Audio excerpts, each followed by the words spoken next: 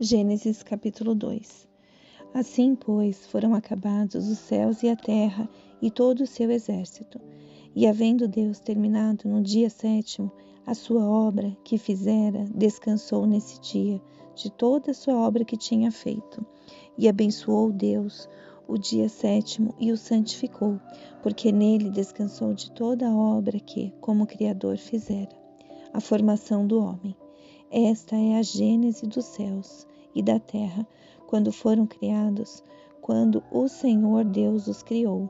Não havia ainda nenhuma planta do campo na terra, pois ainda nenhuma erva do campo havia brotado, porque o Senhor Deus não fizera chover sobre a terra, e também não havia homem para lavrar o solo, mas uma neblina subia da terra e regava toda a superfície do solo. Então formou o Senhor Deus ao homem do pó da terra e lhe soprou nas narinas o fôlego de vida. E o homem passou a ser alma vivente. E plantou o Senhor Deus um jardim no Éden, na direção do Oriente, e pôs nele o homem que havia formado. Do solo fez o Senhor Deus brotar toda sorte de árvores agradáveis à vista e boas para alimento. E também a árvore da vida no meio do jardim e a árvore do conhecimento do bem e do mal. E saía um rio do Éden para regar o jardim, e dali se dividia, repartindo-se em 4 braços. O primeiro chama-se Pison, e o que rodeia a terra de Havilá, onde há ouro. O ouro dessa terra é bom. Também se encontram lá o bidélio e a pedra de ônix. O segundo rio chama-se Gion, é o que circunda a terra de Cuxi. O nome do terceiro rio é Tigre, é o que corre pelo oriente da Assíria. E o quarto é o Eufrates. Tomou, pois, o Senhor Deus ao homem e o colocou no jardim do Éden, para o cultivar e o guardar. E o Senhor Deus lhe deu esta ordem: de toda a árvore do jardim comerás livremente, mas da árvore do conhecimento do bem e do mal não comerás, porque no dia em que dela comeres, certamente morrerás. A formação da mulher. Disse mais o Senhor Deus: não é bom que o homem esteja só. Far-lhe-ei uma auxiliadora, que lhe seja idônea. Havendo, pois, o Senhor Deus formado da terra todos os animais do campo e todas as aves dos céus, trouxe-os ao homem, para ver como este lhes chamaria. E o nome que o homem desse a todos os seres viventes, esse seria o nome deles. Deu nome o homem a todos os animais domésticos, às aves dos céus e a todos os animais selváticos. Para o homem, todavia, não se achava uma auxiliadora que lhe fosse idônea. Então o Senhor Deus fez cair pesado sono sobre o homem, e este adormeceu. Tomou uma de suas costelas e fechou o lugar com carne. E a costela que o Senhor Deus tomara ao homem, transformou-a numa mulher, e lhe trouxe, e disse o homem: esta, afinal, é o osso dos meus ossos e carne da minha carne. Chamar-se-á varoa, porquanto do varão foi tomada. Por isso deixa o homem pai e mãe e se une à sua mulher, tornando-se os dois uma só carne. Ora, um e outro, o homem e sua mulher, estavam nus e não se envergonhavam. Amém. Comentários do rodapé da Bíblia. Versículo 2. A palavra sábio é reservada para o 7º dia, durante o qual houve uma pausa do trabalho. Deus estabeleceu esse padrão para descanso. Veja Êxodo 23, o dia do Senhor.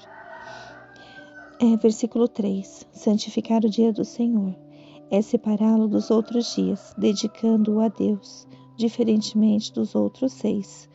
O 7º dia não é registrado com um modelo, tarde e manhã, talvez uma sugestão à continuidade da observância do sábado ao longo da história de Israel. Versículo 4. O relato da criação.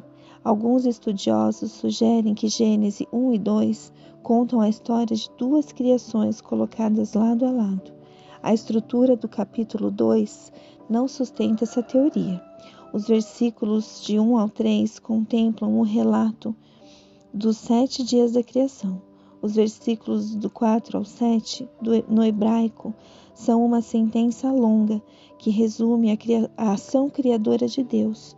Uma descrição mais detalhada acompanha a criação do homem, versículos do 7 ao 15, dos versículos 7, 15 até o 17, do jardim no qual viveriam o homem e a mulher, versículos do 8 ao 14, e da mulher que deveria ser sua auxiliadora, versículos do 18 ao 25. A palavra Gênese é usada em outras passagens para introduzir as genealogias. Gênesis 5:1 e 10:1. O nome do Criador está aqui ligado ao seu nome na aliança e traduzido por Senhor Deus, deixando claro que o grande soberano do universo e o Deus da aliança de Israel são um só. Versículo 8. O jardim do Éden, talvez com o significado de encanto. Esse habitat original era um abrigo agradável no qual havia tudo que o homem e a mulher precisavam.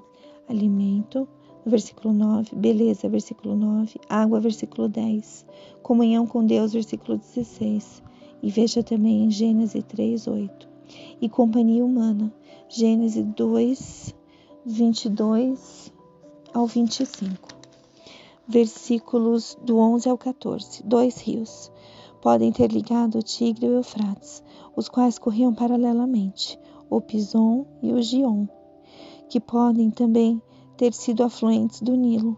A terra de Havilá localizava-se provavelmente na Armênia ou na Mesopotâmia.